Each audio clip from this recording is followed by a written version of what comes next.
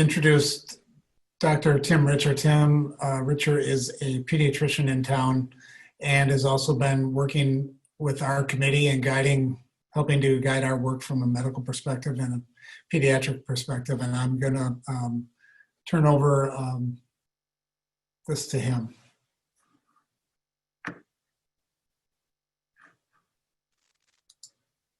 Thanks, Dr. Ertl.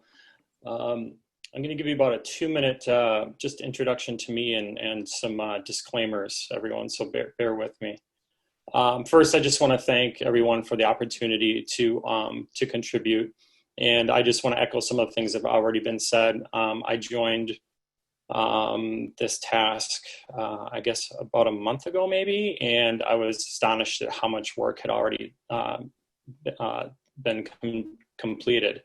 And the things that, especially that Melissa, you just ran through, and Kristen, and I'm just been impressed from the start with how much you all accomplished in really a relatively short time.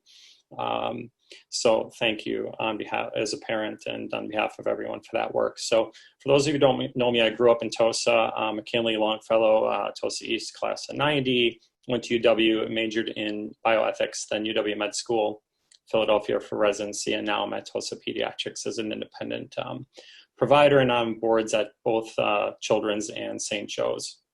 And I need to make it clear to everyone that I don't represent any of those groups here, including my practice at this point, because we all have our specific jobs there. Not everybody there has an opportunity to dig into the data in the detail that I have. So right now I'm just speaking on behalf really of myself. And also, it goes without saying, I'm not a policymaker and I'm not here to make recommendations, but I've really just been asked to answer some questions. And I've had those same questions and hunches all along, and as to what the answers might be, but it wasn't until I was asked to be a contributor to this where I really had an opportunity to dig deep into the data to actually look for those answers. So I'm curious by nature, and you can thank my math teachers at Tosa East for their contribution to what you're going to endure tonight. But I'm mostly motivated by the curiosity. And the fact is that I have 3 children, and each one of them will be at all 3 different levels of school these next 3 years. And so I share the same concerns and have the same questions that any parent has, but specifically those in my practice and in this district. So to prepare for this meeting, I really did the best I could in a week. Facts can change, and I'm happy to dig deeper into anything if anyone here feels that they need more. But what I can promise you, and what I always tell my patients, is I don't sugarcoat anything. And I don't manipulate data to serve any personal or professional interests here. And I'd really like that reflected and made clear here tonight. And of course, always happy to take into account, and we will need to, all of us, take into account additional conflicting data when it's found and adjust the statistics accordingly. And I really urge everybody, as I did earlier today, to find that data, search for it. Search for the counter to what we're doing, and really be our own devil's advocates. Finally, I adhere to, I guess, what I call the following truths. First, I learned as a bioethics major that good ethics, and thus good decision making, always starts with great facts. And when you're relying on the decision-making of others to guide your life, you have to properly apply those facts to your own unique sets of circumstances. And that's really critical for us here in Tosa. Decision-making requires generalizations, and applying those generalizations to your own situation requires an assumption that the givens that created those, believe it or not, my FaceTime is picking up my son's ringer here.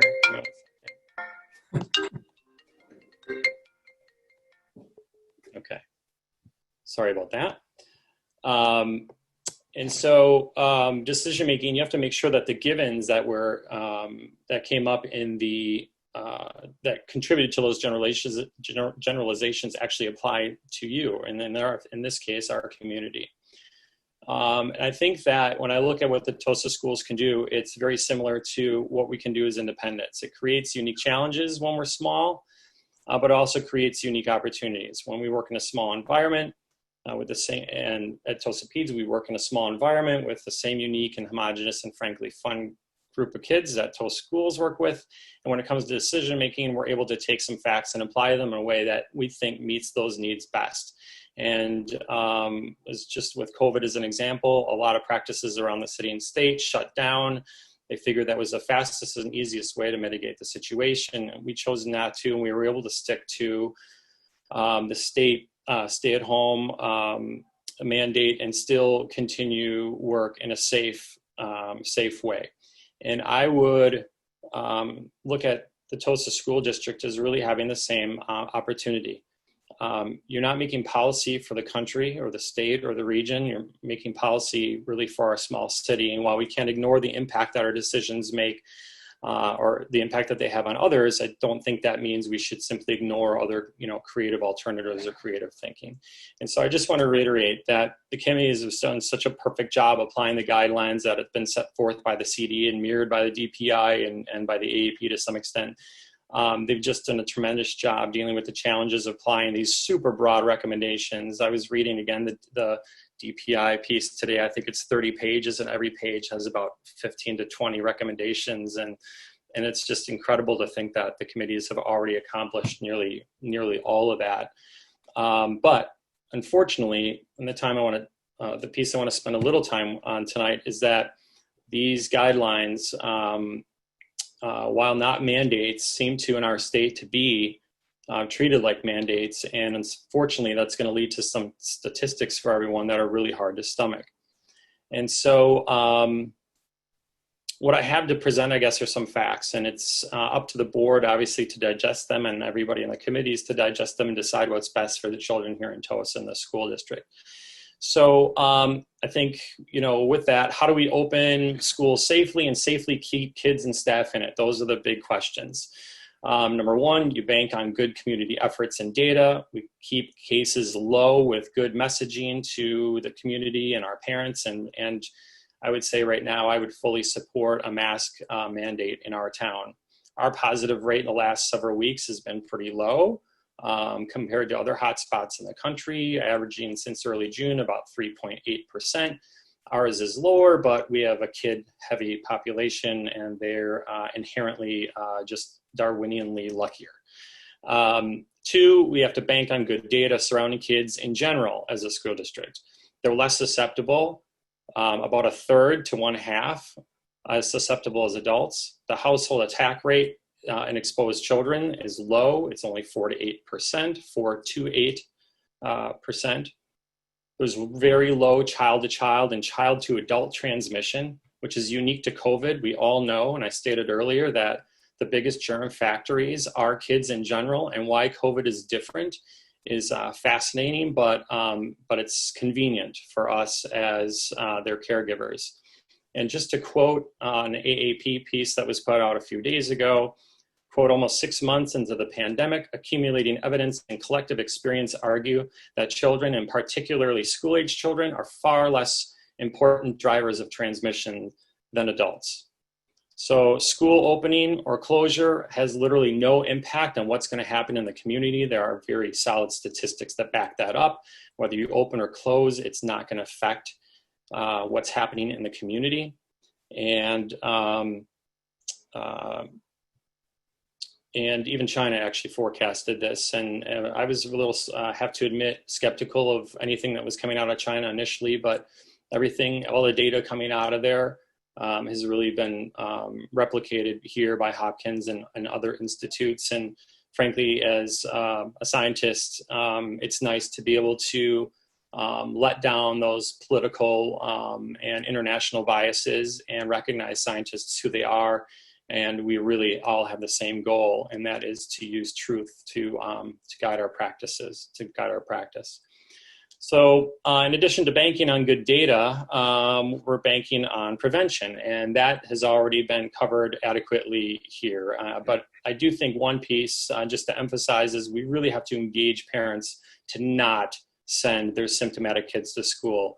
I admitted early on to Melissa and gang that I was definitely guilty of shoving Motrin into my kids at one point or another and sending them to school less than 24 hours after they were better. That has to be very clearly communicated to parents that while that might be fine for the kid, the repercussions on absences is going to be really rather dramatic if we have symptomatic kids going to school. So really getting buy-in from the parents is going to be critical. That's critical. Asymptomatic kids are rare. Pre-symptomatic spread is pretty limited. Most time the spread of this virus occurs in the first 3 days of symptoms. And what you've heard tonight, it already addresses how you're going to prevent that with the distancing and all the other measures that Melissa just reviewed. The second part of prevention is if they do make it to school, we have to bank on good data, but work nonetheless to continue to prevent that spread. And the data on school transmission is favorable. We're looking at 0 transmission in studies done in France and Ireland from child to child. 0.27%, that's 0.27% in Australia. Unfortunately, Israel had a bad experience when they tried to reopen in spring. Nobody's sure quite why, but it's likely related to crowding and inadequate space.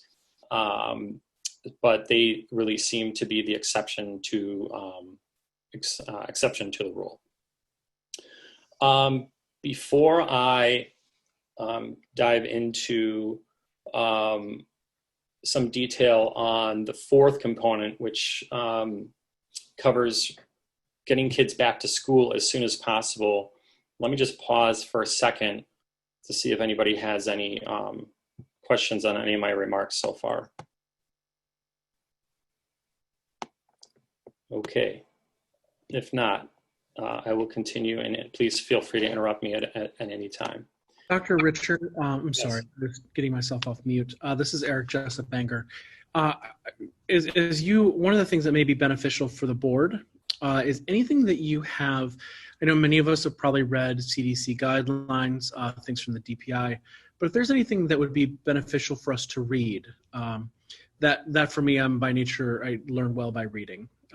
But that might be beneficial kind of for background knowledge for us as we're continuing to learn more about this. There's a lot of information and data flying all over the place, and a lot of new learning that comes out about this on a week-to-week basis. Thank you for that.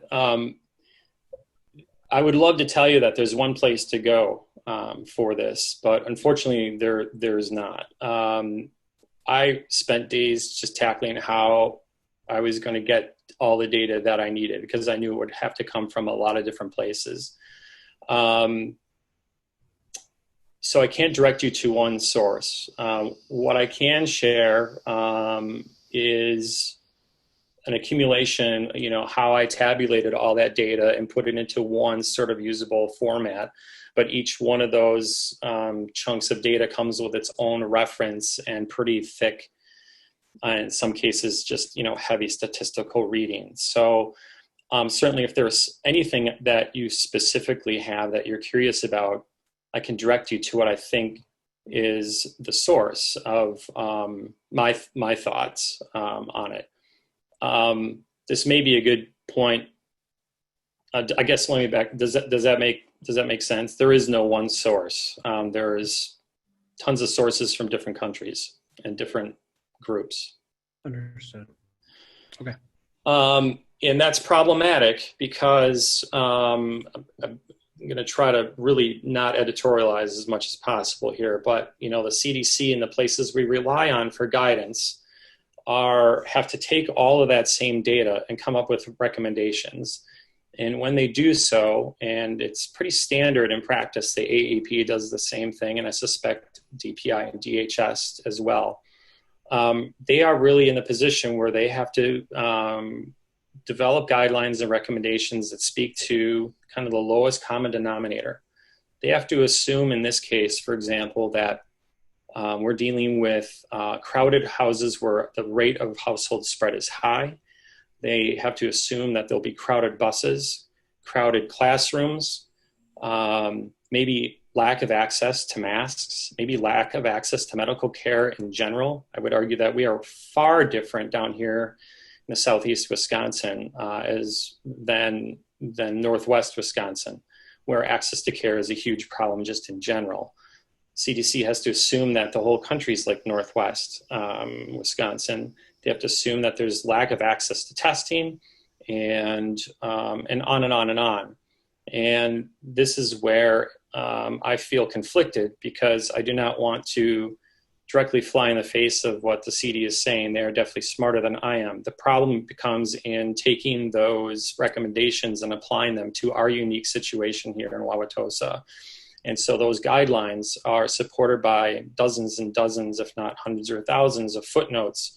And it's not until you get into those footnotes that you can say, but that's not Wauwatosa. We are able to change this statistic in our favor and that statistic in our favor and this one, and you're already doing those just by following the data, having an engaged health department, and having all the committees that you have in place address those concerns. Where I feel like it's where we are failing, however, is at what I learned today, state level, in guiding when to get kids who have been forced to leave school back to school. And the statistics with absences, and I have to admit, I'm not done doing the math on this, but they are absolutely startling. And Dr. Ertl mentioned earlier, criteria for, what greater closures would on a bigger scale, what that would look like and what would drive those. What can schools and classes and teachers handle with regard to absences, and what can the district handle with regard to absences when it comes to staff to actually even remain open. And in some, quick math today, just to give you a taste of a very conservative taste of what that's going to look like, it appears as though about 1% of our students are absent, unique absences on any given day throughout the school year, 1%. That is going to jump by an order of magnitude, I think, if we're forced to apply the current exclusion criteria as it stands now, to probably almost 10%. And I can talk through with whomever is interested how I got to that number, and also how we're going to clean it up. So getting back to, if kids are out of school, the fact that we need to get them back quickly. Let's just talk through some facts. I already talked about the scary increase in absences. I calculate about 833% increase probably in daily absences will be the norm as we move forward. There are 3 groups of students that are going to be excluded from class that's atypical from what we are used to. The first group is what I'm going to call new symptoms, uncertain illness group. These are the ones that get sick, like we all do, and are now, rather than go home, come back when you feel better and you're symptom free for a day, they are going to be home 3 times as long. They have a 72-hour now symptom free window. And again, if I misstate anything, I'm not sure who's all on the call, but certainly if my health department colleagues are on, and Caitlin, if you're on, please feel free to interrupt me. So currently the rule for exclusion is 24 hours. So I assume that most kids are out for 2 to 3 days. They're typically back day 3 to 4, but now they come back day 5 to 6. That's a 66% increase in the timeout per individual per illness. But given the number of increases of absences because of the strict application of the rule, it's actually much higher. The rule being, if you have any sniffle, cough, fever, vomiting, headaches, sore throat, you're going to be removed from school promptly. And so some of those illnesses that we would typically be comfortable riding out, if we apply the guidelines strictly, there will be no riding out of illnesses for a couple days in school anymore.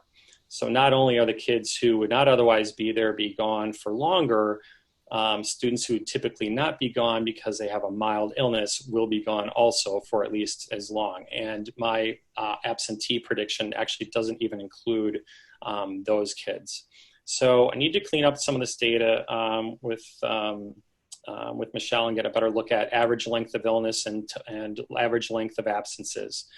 But my proposal, if I had my way, looking at all the data, and if we had the autonomy, and that what this slide indicates is that we don't. But if we did have the autonomy, we could actually test these students, and if they were negative, or better yet, positive for some other virus, send those children back just like we typically would according to old rules, I'll call them.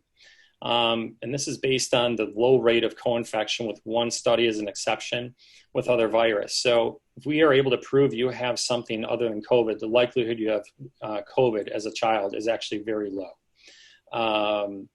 The test itself, while not perfect, if we test those kids on day 1 of their illness, it has an 88% chance of meaning they do not have COVID. An alternative would be to test those kids with mild symptoms on day 3. At that point, we take that 88% and bump it up to 98.5% chance that they don't have COVID if their test returns negative. And that's critical because that 72 hours of exclusion, if you have a sniffle, assumes that you're perfectly well for 72 hours. It's not just that you've been sick for 72 hours. And with that high 98.5% prediction that you don't have COVID with a negative test, if you just have a sniffle and you don't have a fever and you're able to get back to your work and learning will actually take place, we can actually get those kids back to school. So that is the first of the 3 worrisome groups. That group being, again, kids with your run-of-the-mill cough and runny nose are now going to be subject to much longer exclusions. And I feel that the data shows, and again, happy to get into the nuts and bolts of it with anybody who wants, that data shows that we can likely get them back quicker than if we use a identification and testing strategy. The CDC, really, except for healthcare providers, doesn't use testing in really any other decision making. Also infrastructure, I think. They're using a testing strategy to get people back to work sooner than later. The second group, and I can't decide if this is my scariest group for me looking at absences or if that first group is, but the second group that creates a problem are those who were exposed to COVID, but don't have symptoms themselves. This is the group that makes that huge jump in absences. The number I came up with, 833%. And again, we need to touch base with Michelle to clean this data up. But my proposal was, and again, this isn't my wish, it's just based on good data, is to consider a hybrid plan, if we could, of testing them on day 7 or 8 of since their last exposure, assuming they don't get sick. And if they're negative and they don't have any symptoms, have them return to school. This gets them back to school nearly a week later. And the reasoning behind this involves the incubation data that we have, the fact that over 90% of kids, if they're going to have symptoms with COVID, are going to have it sometime during day 8. Day 8 also happens to correspond to the best test false negative rate. So the test performs the best on day 8 and 9. And it also corresponds to that 98.5% negative predictive value number. And again, that number is the one that says, hey, if you test negative on day 8, there is a 98.5% chance that you do not have the illness. I have reason to believe with some more number crunching, you could shorten that even further, but I think 8 is extremely safe. And let me just point out too, and I said I wouldn't take this sort of tone or approach too often, but we deal with way less than 98.5% all the time. Our vaccination rate's only 90.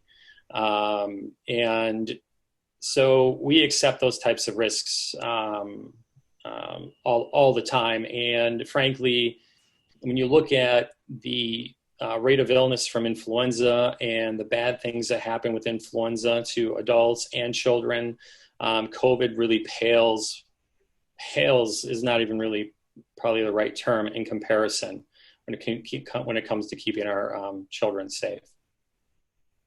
The final group is the obvious group. What happens when you actually have it? Currently, they're out. They're excluded for 10 days and from the symptom onset, 10 days from the day they get sick, and they have to feel fine for a total of 72 hours. So if they get sick on day 1, feel better by day 4, they're still out for a total of 10. And if they get sick and they still aren't feeling well by day 9, they're actually out for 10 plus another 2 days, so 12, almost approaching that same 14-day exclusion for exposures. It actually, interestingly, you're better off getting sick if you want to get back to school than you are being around somebody who's sick, which led some of my partners to jokingly suggest that maybe their kids go like all the playground equipment in week 1 when there's very little learning happening anyway and get it over with. But that is the reality. I think that there's a way to also test that group and get them back sooner, since when you look at, this is complicated, but when you look at people who got sick from other people, they did so in the first, they were symptomatic within 5 days of exposure to that person. And so I truly believe that if we can test those kids, even when they are sick, that if they're feeling better, we can actually get them with a negative test back sooner. But it's that group is a little bit more complicated for a number of other reasons. I guess I'll just close with some last thoughts to consider. The first is a logistics one, and our health department, which has been wonderful. It's been really a joy and fun to share some banter back and forth with Laura over the last few months. She's really done a remarkable job, and Paige as well. And they absolutely should be commended. And I think we all have the same goal here, and that is to get kids back to school and keep them in it. And if they have to leave, get them back to school again as fast as possible. They want the same thing, but openly admitted today that their hands are really rather tied by the state, from whom they need to take direction on exclusion. And what frightened me the most about that was how the state is advising them to currently handle illness. Melissa et al. Has put all this time into looking at masks and barriers and all these prevention techniques. But the way it stands now, if one person is ill in a classroom, that entire classroom is going to be sent home. Not people just within 6 feet, but the entire classroom.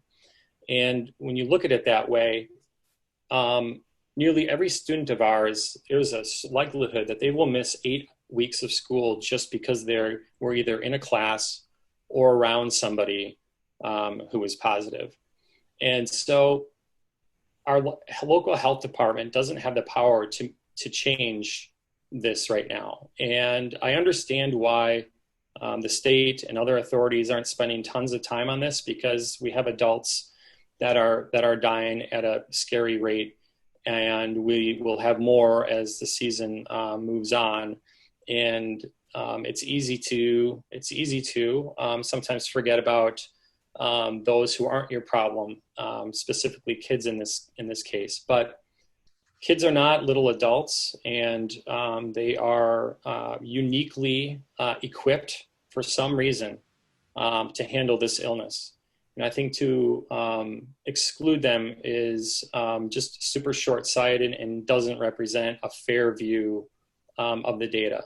And I'm happy to be put in my place on that. But I think that what we are going to need to do, if we want to get kids back to school once they've been excluded as soon as possible, we are going to have to take this message, to the state, and garner some support for this reality and the fact that the guidelines as they stand now do not apply to Wauwatosa, where we do not have school crowding, where we do not have crowded buses, where we do have access to masks, where we have exceptional access to healthcare, where we have access to unlimited tests, not just any tests, but tests that come back in 24 hours and maybe in a month in 45 minutes. When you have those unique gifts in a community, It just does not make any mathematical sense to me to treat ourselves as if we don't. We do our kids a great disservice. And if we go down that road, the bigger issue everybody will be dealing with are the high levels of abuse at home, suicidality, and the equity piece will just absolutely be just not tolerable. We already know that this illness unfairly infects and harms certain demographics, and we harm that demographic more when we aren't able to provide school for their children, since they get more than just learning from school. They receive their meals and a safe environment to learn from school, and other benefits that put them at the most risk. And it's going to be very hard to defend, I think, providing an equitable learning experience for people when we're making it worse for the group that's inequitably harmed by